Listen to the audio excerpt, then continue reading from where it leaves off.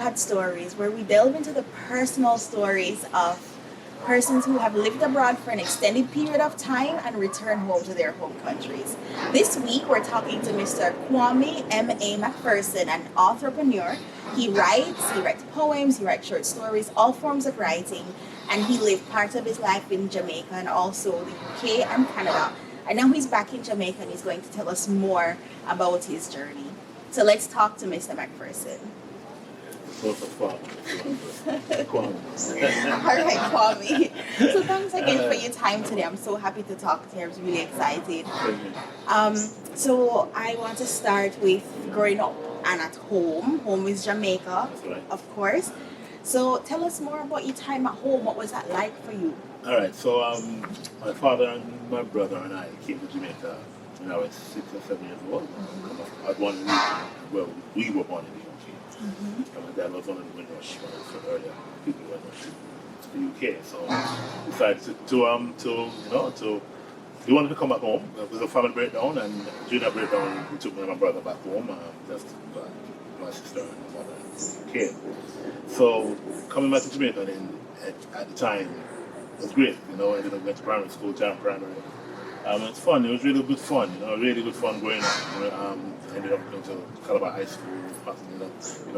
And funny enough, when I share the story about a lot of people returned with their British-born children back in the 70s. So there's a lot of Jamaicans, per se, who were born in the UK. So at that time, quite a number of people decided that they want to come home.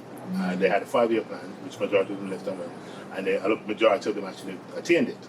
So there's a lot of Jamaicans here who I know were born in the UK. So we were one of them. So and we just grew up as Jamaicans. In the end, doing everything what young people do. I lived on Toronto Avenue, off my line, Kingston 10. And a lot of young people on the road. We created our own youth club called Toronto United Youth Club. So at the time, growing up in that facility as a teenager, it was great fun. Really good, really great fun. Really good time to be growing up as young people from a particular area. We're still friends to this day. So there's a youth club of about 40 of us, and to this day we're still friends. So you can imagine about 40 people are good friends from the time. Not many people can say that. Yes. I mean, they probably have 1 or 2, yes. But we have about 40 of us who are still close to this day. Yeah. And then I ended up working. I ended up working after leaving high school. I didn't have enough subjects. I ended up going to EdFed. Even college, I ended up working at Beverly Hills, building in construction. Yeah, I ended up. After that, I then ended up going to working art. Did an art program. Oh, wow. Yeah, did art Which program. one did you do? I was at my Crossroads. Yeah. What area? Administration. Oh, very nice. Yeah. So by Torrington Road. There used to be the car used to be able to Torrington Road. Yeah. So at the time, I ended up doing art administration. Ended up getting a job Calvin Briders. Yeah. So I ended up working at Calvin Briders out there when the Calvin Briders was That's on going towards on the road, South Camp Road. Wow. So working there for a while, which was good fun. That was good fun. We met loads of people, we made loads of friends. But yeah, man. So in a nutshell, that was the journey, and then I wanted to continue to study, but I couldn't afford it at the time. Funny enough, right now. So I ended up going back to the UK to complete studies. That's the reason why I went back. There was no other reason. I didn't want to leave, but because I needed. At the time, you had to have the subjects, and drum into your head that you must leave school and have subjects. Which is true, because at that time, no, people know. Even though. It's competitive. But it is competitive, but there's ways to get around it now, which you couldn't at that time. So at the time, I ended up going to the UK and ended up going for education. Yeah. And then whilst there, I said, since I'm here, let me travel, and that's exactly what I did. I did loads of jobs and stuff like that. So it was an interesting journey. I can see that. I didn't know you had so many jobs. So the Kwame I see here today, I didn't know that you would have worked at Kwame. I didn't know you would have done HEART, which are formative things here in Jamaica. So in Jamaica, HEART is a national program that allows young people to train into careers. So they have administration, they have skills. It's a popular pathway to to trade, welding, painting, I think it's an mechanics. awesome program. It's an amazing program. And now, actually, factually, they're free. You can do certain levels for free. Anyone in the country. Yeah. So, thank you for telling us more about that. So, now we're in the UK. Yeah. So you left as a young person. Yeah, young adult. A young adult. How did you feel a lot of? I knew you made a decision for your betterment for education, but was it hard to leave at the time? Yes, it was. Yeah. I cried. I bawled. Yeah. I didn't want to leave. I didn't want to leave. I felt when the circumstances made me leave. Right. You know, I didn't want to leave. And if I at the time I had the choice not to have left, I would have left. And funny enough, when I made the comparisons of where my parents had to be when I went away and where we're at in our lives, it's interesting to see how far they have advanced and what they required while being in Jamaica. Yeah. Whereas I was in foreign and I didn't require much. Yeah. You know? So, but yeah, it was hard to leave. It was hard to leave my friends. It was hard to leave the culture and going into a new culture. As it was, even though I was born there, it's a completely new culture. Yeah, you grew up in Jamaica. Yeah, so that was the hardest thing was trying to adapt and assimilate and integrate. So what did that look like for you at whatever you were 21, Yeah, 22? 22. At 22, what did assimilation look like for you at that time? Fortunately, my mother was there, Okay. but I moved in with her. Mm-hmm. I ended up working in a 24-hour store called 7-Eleven, which is still in the States. Mm-hmm. It wasn't in the UK at the time, not anymore. And I ended up getting, because job work was easy to get. Mm-hmm. You know, the work was really easy to get. But prior to me getting the 7-Eleven job, I had applied for civil service, you know what I mean? But they said that it's going to take about 6 months for the government application. It was 3 months for Friday. Okay. So I said, well, I still needed to work. So I ended up working in 7-Eleven. And at the time when I reached the UK, that's when they had a lot of social unrest. You know what I mean? A lot of police brutality, a lot of angst between young black men and police. What area of the UK was this? North London. North London. Okay, Tottenham. So coming into that situation and the socialization and how the black community, to a great extent, how it survived really in that environment was an eye-opener. Because in Jamaica, at the time, it's probably different now because of information. But at the time, we didn't know nothing about it. Once somebody went to England, you know somebody went to England. You know, it's not like different from the States. You know what I mean? You know, so when somebody goes to the States, they can always come back. Right. But when somebody goes to England at that time, further away, there's a man at the back of the arm. So you know, some guy. And then when they come back to Jamaica, they see them over and they see them look like they're mad. They don't even walk. And then when you get over there, you realize why they don't walk and why they look like they're mad. Because the situation in which they are in It's very hard. is very hard. It's very. You couldn't imagine it that from a young black child going to school, you're already targeted, you know what I mean, by the teachers. So you can imagine an education system that doesn't support you in terms of being ambitious. Not like Jamaica. Right. You know what I mean? Like, you know, so you have to compete and you have to be, you know, you want to be the best, then you have to go and study and more or less on that equal footing. In the UK, that wasn't the case. As a young black child going to school, you're already targeted because of color of skin. Then you go into the workplace. Then you're walking on the street, you know what I mean? So it was all coming from all 360. So going in that environment was, it's the only one I got into the environment and I realized, and I was there for a while, in terms of the struggles and how hard it had been for people who were there, black people there. So I came into it and I started to realize the first job that I was in, I was challenged by a white manager and something that was mango. Mango. There's mango season. Yes, I can't wait for mangoes. And yeah, the proper boy. You know what I mean? That's a common term, right? You're a black man. You're a man. That's right, exactly. But they like to call you boy, and that's coming from slavery time to right. demean you, to take away your manhood. Exactly.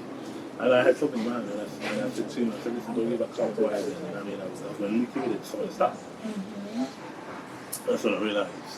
That there are things you're going to have to be aware of in regards to the environment that you're in. Yes. So fortunately, I was able to get into the civil service. And in the civil service, I was able to move up very quickly within the year.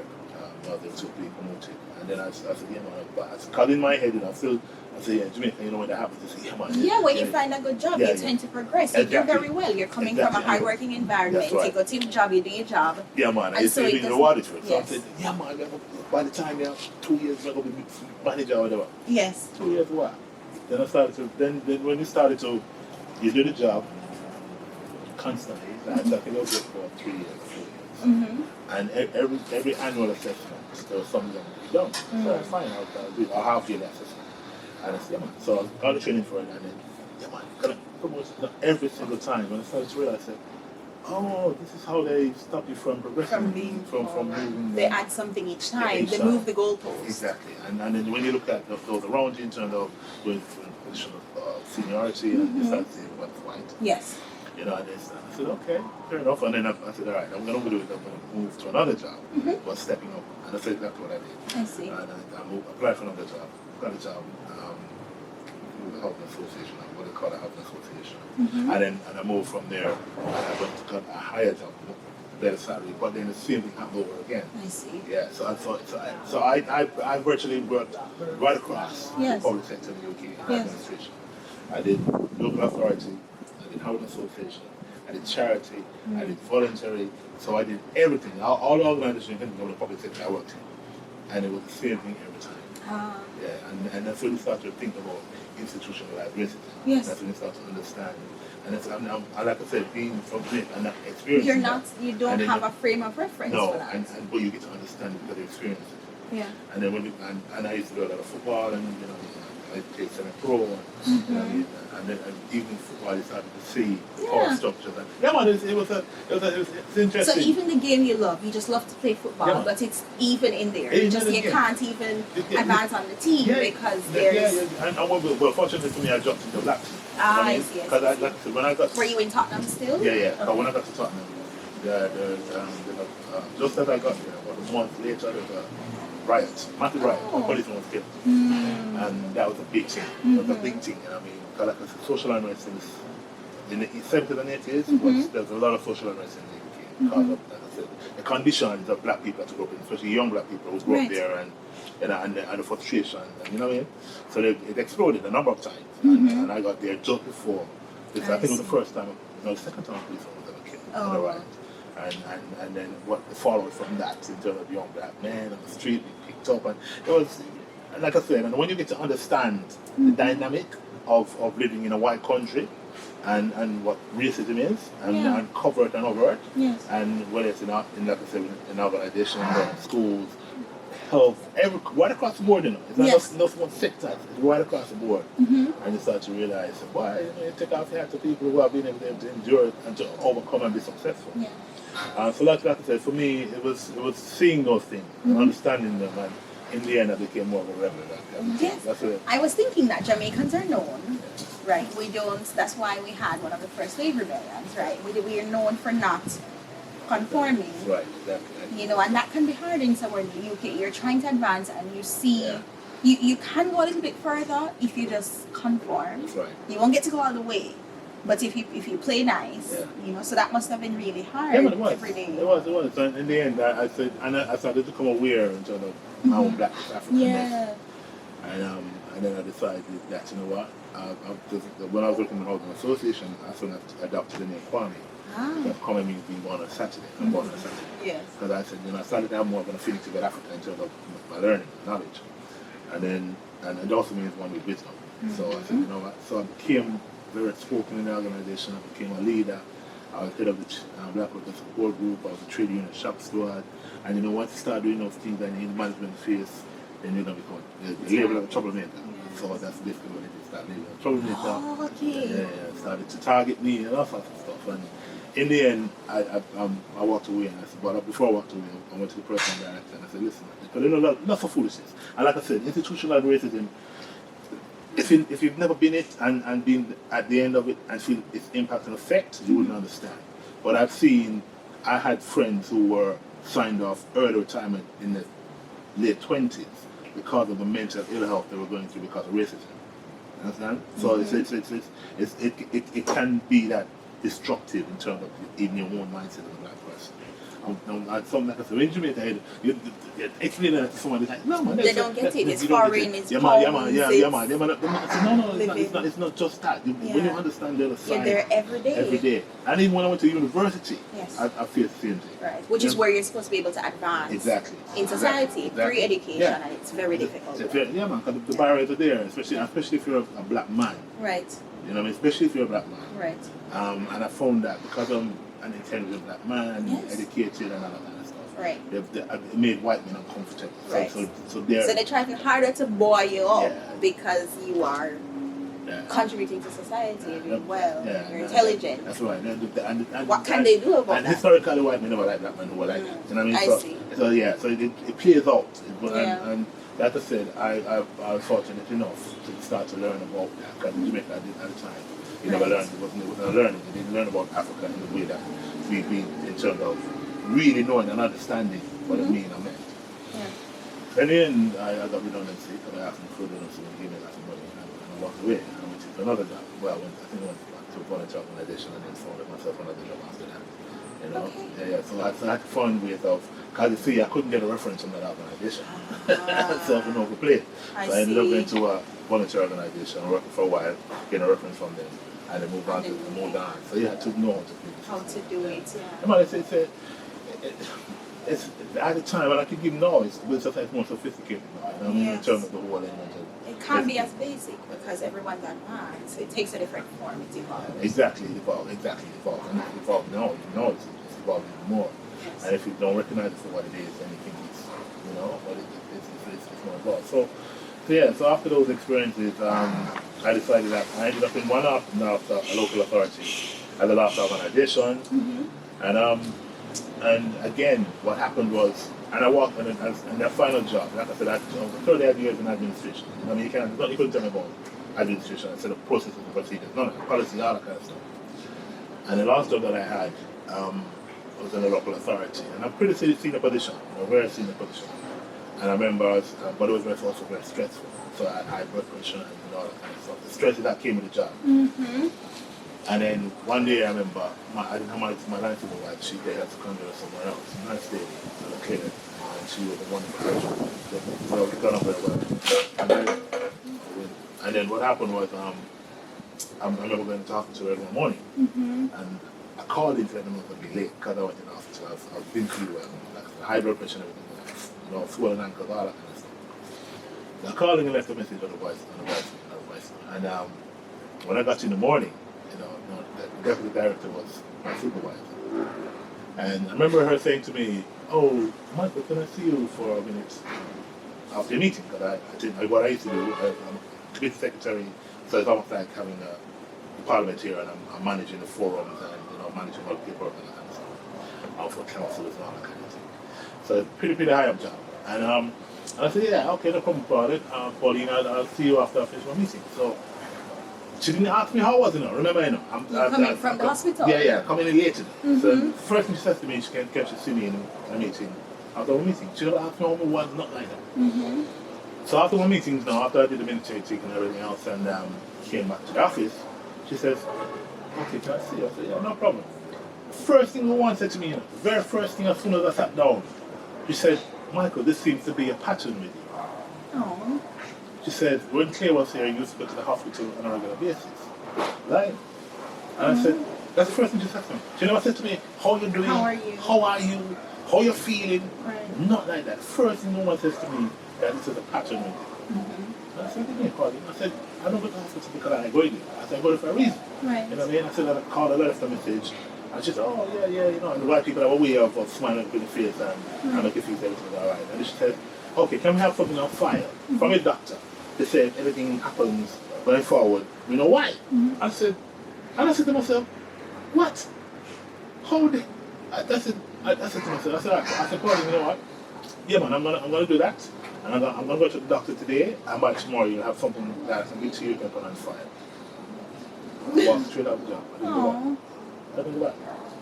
Yeah, I didn't go back. I said, "If you're saying that to me, that you don't really value me." Right, as a person. Yeah, because you could be falling. You don't know what prognosis. Yeah, you could have gotten something. Everything. I said, and I must go to my doctor, come and give you something to put on file so that you can hang me. I said, "No, sir, I didn't go back." I walked straight up the top. And that day, that was June 2011. Wow. I didn't look back. Wow. I said, "I don't know what the hell I'm going to do." I said, So is that when you transitioned into writing? Yeah. Yeah? Because writing was happening before, but it was a hobby. Yeah. It was a hobby. It was a hobby. Yeah. Wow. Yeah. And so, what did that process for you? Because in one of your books, you've written about your depression. Can you tell what's the complete title of that book? My day with depression, from mental uncertainty to self-fulfillment. Yes, you can find us on Amazon. Yes, you can. And so now it's a full-time job. What does that look like for you? Like, how did you even know you wanted to be a writer? I didn't. But I had continued writing. It was a hobby. Yeah. So I entered competitions. You know what I mean? I started with poetry. I won, awards and stuff like that. And one day I said, let me try. And this is why I started working. So I didn't want to go to university because I went to college and university. So I was doing this. I said, let me try my hand at longer prose. And so I started, and I think the first competition I got an award for was Heinemann. Heinemann was a publisher, big publisher back in the day. Yeah, they still are. Yeah, they are. And I think they do educational books. They do textbooks, yeah. But they used to do a lot of creative stuff back in the day. And I won an award with them. I got one as well. It was first synopsis. And I said, what? Okay. And so I started doing longer prose, and I just started writing stories. But I was still doing a lot of poetry, and I did a lot of personalized poetry. So someone could come to me and say they want a poem for their loved one, and I'd write it and get a card and paste it back. Yeah. Oh, that was having good business back then. Okay, so you're writing prose, and then